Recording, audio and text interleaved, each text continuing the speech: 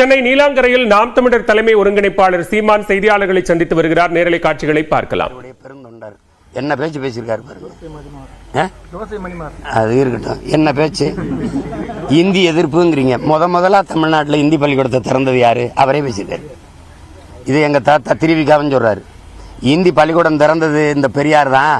அந்த விழாவுக்கு நானும் போனேன் கர்மம்ன்றப்பல. காங்கிரஸ் கட்சியில் இருந்தனால கூப்பிட்டாங்க, நானும் போய் பங்கேற்றேன்னு எழுதியிருக்காரு. நாங்க எதையும் ஆதாரம் இல்லாம பேசுறோம். இதுக்கெல்லாம் கேட்காம அதுக்கு காட்டு அப்படின்றிய. நீ என் படத்தை நானும் எங்க அண்ணன் இருக்கிறத வெட்டி ஓட்டினேன்றீல, அதுக்கு ஆதாரம் காட்டு. காட்டு. அதான் அவர் அதான் அவர்கிட்ட நீங்க கேட்கணும், எப்படி செஞ்சீங்க அந்த செஞ்சு காட்டுங்க. இன்னொரு தடவை கேட்கணும்ல, நீங்க அதை கேட்கணும்ல. தம்பிங்க வாங்க தம்பி, எப்படி வெட்டி ஓட்டினீங்க தம்பி அப்படின்னு. அது ஸ்பெஷல் எடிட்டர் அவரு.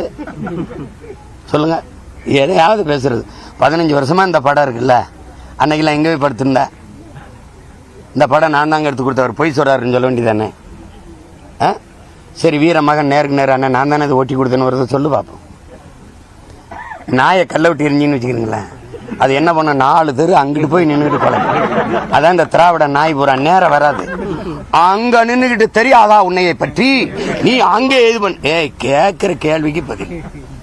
புதுசா ஏதாவது நாங்களா இட்டு கட்டி பேசுறோமா? பெரியார் பேசுனதை எழுதுனதை எடுத்து பேசுறோமா? அதானே பேசுறோம். இப்ப நான் ஒண்ணு கேட்கிறேன், தமிழ் மொழியை காப்பாற்றணும், தமிழ் மொழியை அழிய விடக்கூடாது, தமிழ் வளர்ச்சிக்கு பாடுபடணும், தமிழுக்காக உழைக்கணும், தமிழுக்காக உயிரியே கொடுக்கணும் பேசுறவன்ட்ட, அந்த பைதிகார கூட்டத்துக்கிட்ட, அவங்க கிட்ட மற்ற மக்கள் எச்சரிக்கையா இருக்கணும். அப்படின்னா அந்த மற்ற மக்கள் யாரு? நாங்க தமிழர் தமிழை பாதுகாக்க பாடுபடுறோம், அதுக்காக போராடுறோம், உழைக்கிறோம், அதுக்காக உயிரையே எங்க முன்னோர்கள் கொடுத்துருக்காங்க. இந்த மற்ற மக்கள் யாரு? மற்ற மக்கள் இவர்கள்ட்ட கொஞ்சம் ஜாக்கிரதையா இருக்கணும், எச்சரிக்கையா இருக்கணும்னா அந்த மற்ற மக்கள் யாரு? இப்ப பெரியார் எந்த மக்களுக்கான தலைவர்? இதுக்கு பதில் இருக்கா? எங்க தாத்தன் ஒருத்தன் கீழப்பழூர் சின்னச்சாமி தீ குளிச்சு செத்தான். அவன் யாரு தெரியுமா? திமுகவில இருந்து மொழிக்காக செத்த ஒரே பெருந்தகை அவன் தான். பேரறிஞர் அண்ணா மொழி போராட்டத்திலிருந்து இந்தி எதிர்ப்பு போராட்டத்திலிருந்து நழுவிட்டாருங்கிற கோபத்துல, நம்ம தலைவர் கைவிட்டாருங்கிற கோபத்துல தீ குளிச்சு செத்தான். பெரியார் பெருந்தகை எழுதினது பத்திரிகையில. அவர் என்ன சாதின்னு உங்களுக்கு தெரியுமா? முதலா சின்னச்சாமி முதலியார்னு எழுதின பெருமகன் யார் தெரியுமா? சாதி ஒழிப்பு போராளி நம்ம ஐயா தான். எழுதி அவங்க ஆத்தா வாங்கின கடன் தொல்லையில தீ குளிச்சு செத்து போனான்னு பெருமைப்படுத்தி எங்களை. எப்படி என் தங்கச்சி செங்கொடி காதல் தோல்வியில செத்தால இவங்களுக்கு, அதேதான் அவர் எழுதுறாரு. இந்த மொழிக்காக போராடுற பயிலாம் அவனை 2 கட்டையை வச்சுக்க, இந்த பெட்ரோல் மண்ணெண்ணையை வச்சுக்க, தீக்குச்சி வச்சு கொளுத்தி விடு, எல்லாம் சரியாயிருவான்னு சொன்ன பெருந்தகை இவர் தான். இவர் தான் இந்தி ஒழிப்பு போராளி.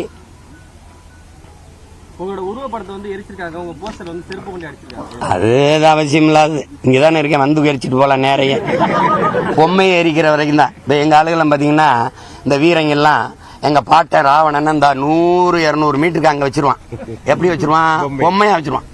10 தலையை வச்சு பொம்மையா தானே நிக்கிறான். கிட்ட போய் கொளுத்த துணி இருக்கா? அங்க 200 மீட்டருக்கு அங்க இருந்து இங்க இருந்து அம்பு வச்சு அடிப்பான்.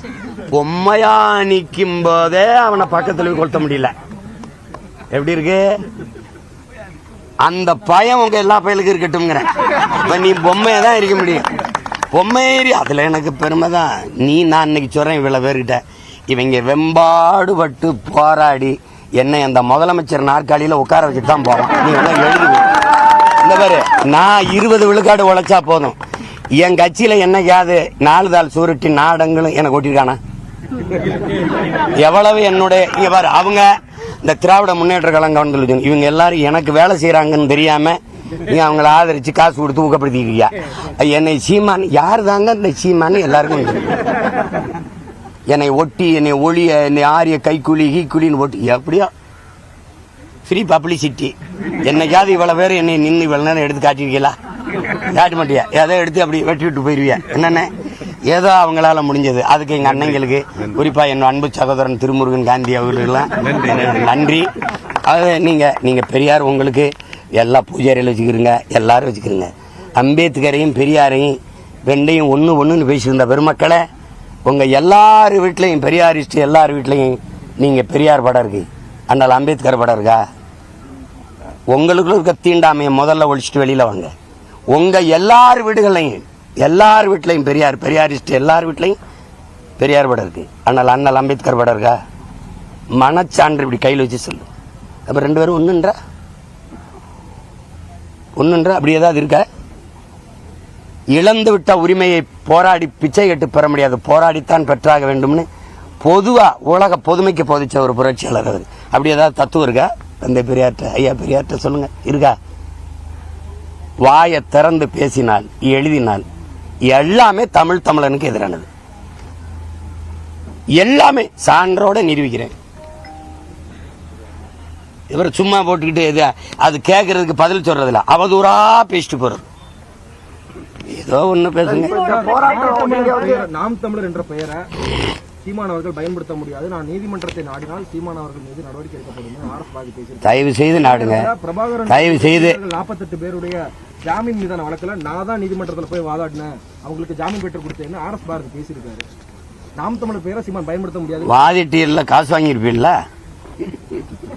இப்ப அமைப்பு செயலாளர் ஐயா பெருமதிப்பிற்குரிய ஐயாட்ட நான் கேட்கிறேன், அவர் தான் எங்க அப்பத்தாவுக்கு ஜாக்கெட் போட்டவர், அவர் தான்.